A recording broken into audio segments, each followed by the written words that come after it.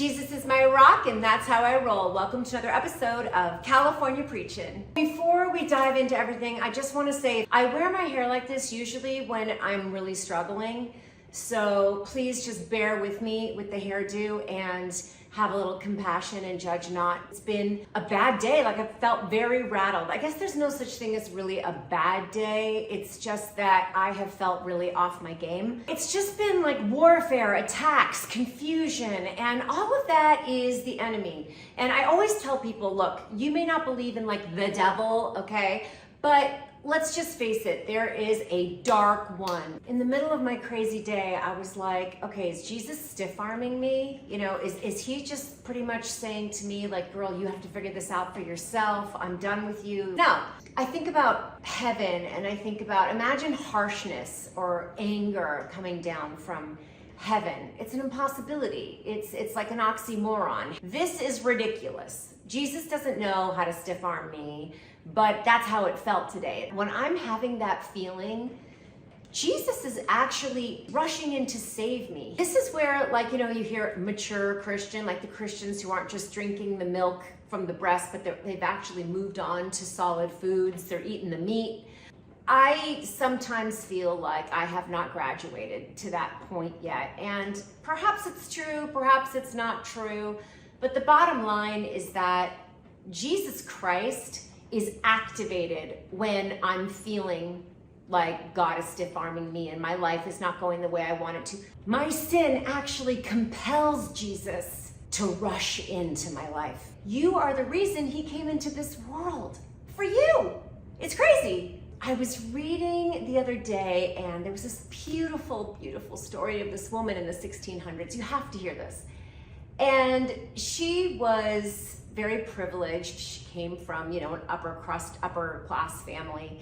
And she was engaged to be married to this everyday kind of regular guy. And he came from humble beginnings, and the two of them went to the same church and they hit it off right away and they got engaged pretty quickly.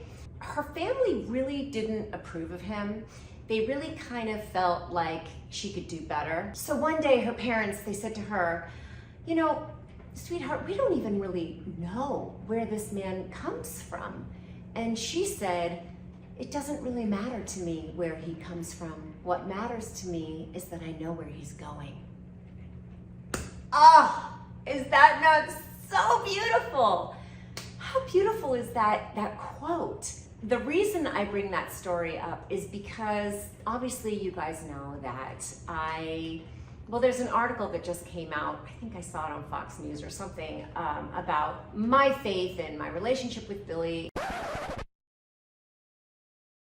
Hi, my eternal friends. I pray you are enjoying this video. I just wanted to remind you that if you have not subscribed to California Preaching, please do. It's totally free and it'll keep you up to date with every single video that I post.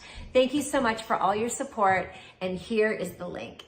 I was given this book for Christmas. It is called Breath as Prayer. Calm your anxiety, focus your mind, and renew your soul. Jennifer Tucker. And I will put the link in the description if you want to get it for yourself. Okay, so today, this was no coincidence. Today, it says, God rescues you. Breathe deep and know God already knows where you are today and how you got there. He sees your suffering and he knows exactly what you need. Have you paid attention lately to your physical and spiritual reality? How is your body feeling? Are any symptoms telling you to slow down and pay attention? How is your soul and your relationship with God? Do you need to confess anything? Is anything causing you, ready for this one? I just was upstairs saying, God, I feel so dysregulated. Is anything causing dysregulation in your body or your soul? Where are you today? God already knows, and he knows how to help you, how to rescue you. Do you trust him enough to come out of hiding and let him care for you? Unload your burdens to him today and let him cover you with his love. Look upon my suffering and rescue me, for I have not forgotten your instructions. Psalm 119, 1, 5, 3. So the dysregulation is just something that I have to contend with on the daily. I get dysregulated very easily. I really pray that this year I can become more willing to show up for myself and to call on God when I feel like I'm not home. When I'm feeling all of that discomfort, it literally activates God's ferocious love for me. It literally makes him say, oh, China needs me right now. I'm rushing in.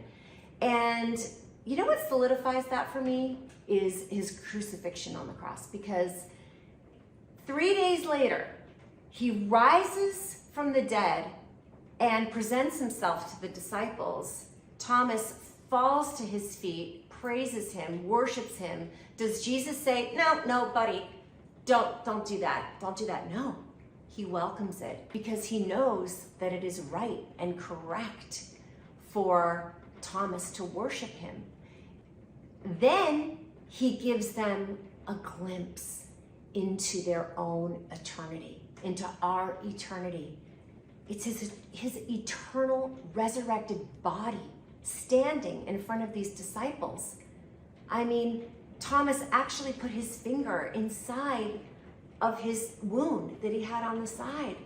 And it's just so unbelievable and so mind-blowing that Jesus Christ stood before them. He rose from the dead, and he was the first to do it. And guess what? Not the last. Isn't that cool? If you're saying yes to Jesus, that is going to be you.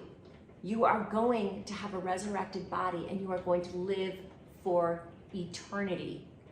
Eternity. It's a long time, guys. It's a real long time.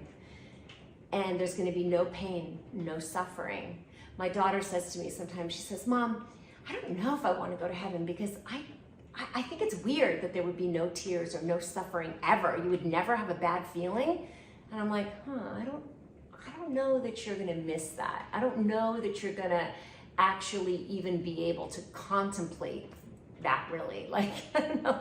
I think that it's like a completely different dimension and realm, and it's impossible for us to wrap our heads around what heaven would be like. I mean, I wouldn't want to be sitting on a cloud plucking a harp and, singing all day either, but I think that it's just impossible for us to understand.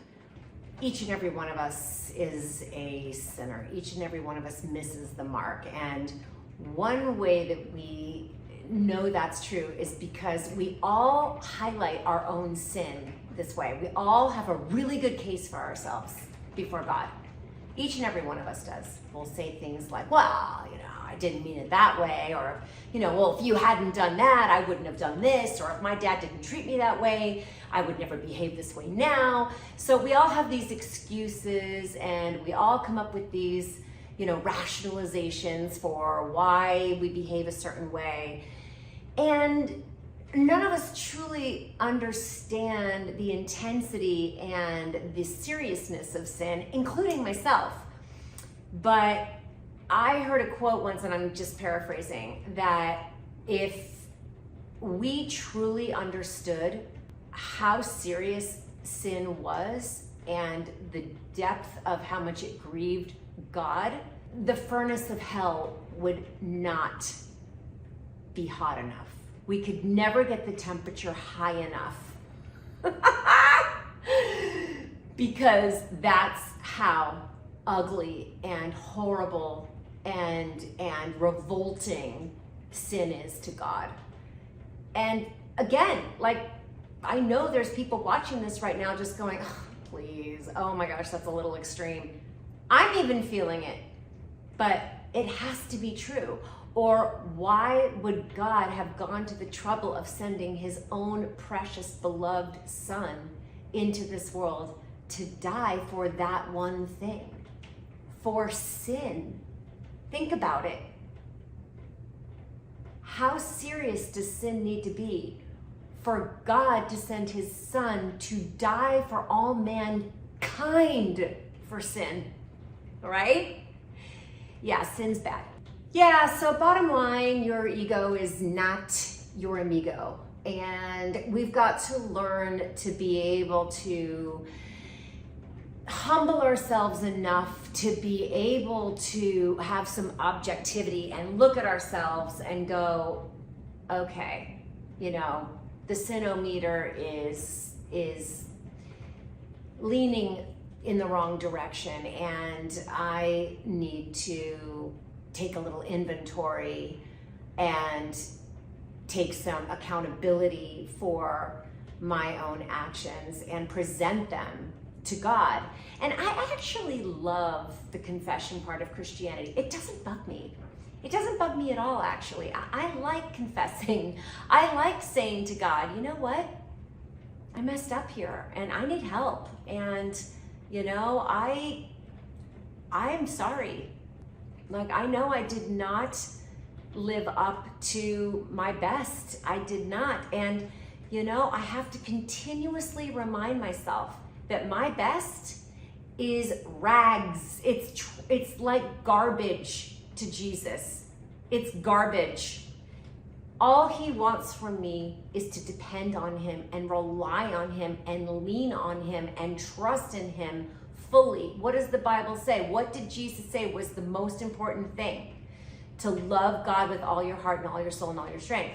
That's the number one commandment, right? You know, it's that great quote, salvation is received, not achieved. How true is that? There's no checklist here, guys. There is no way that on our own volition, we are ever going to be able to earn our way into heaven, period. It's not gonna work. So I love that because it takes the onus off of me and helps get me in my right mind and gets me aligned with the truth, which is I am human, he is God, I am sin, he is holy. All I can do is say yes to Jesus and thank him for his sacrifice and invite him into my heart and say, do with me what you will. Do with my life what you will. And there's a sweet surrender there, guys. It's a sweet surrender.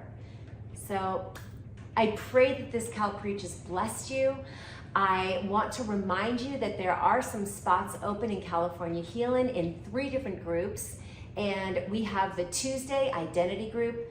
It's amazing. And it is at 9:30 a.m. Pacific and at 12:30 p.m. Eastern. We also have the Promises Group on Saturdays at 11 a.m. West Coast and 2 p.m. East Coast. Then we have the Revelation meeting, which meets every Thursday, and that's at 9:30 a.m. Pacific and 12:30 p.m. East Coast. So I pray that you will check it out. The link is in my pinned comments here in this video and also in the description of this video. And I'd love to give you a free drop-in to California Healing. It's complimentary and we love having guests, and I pray that we will see you there. Until then,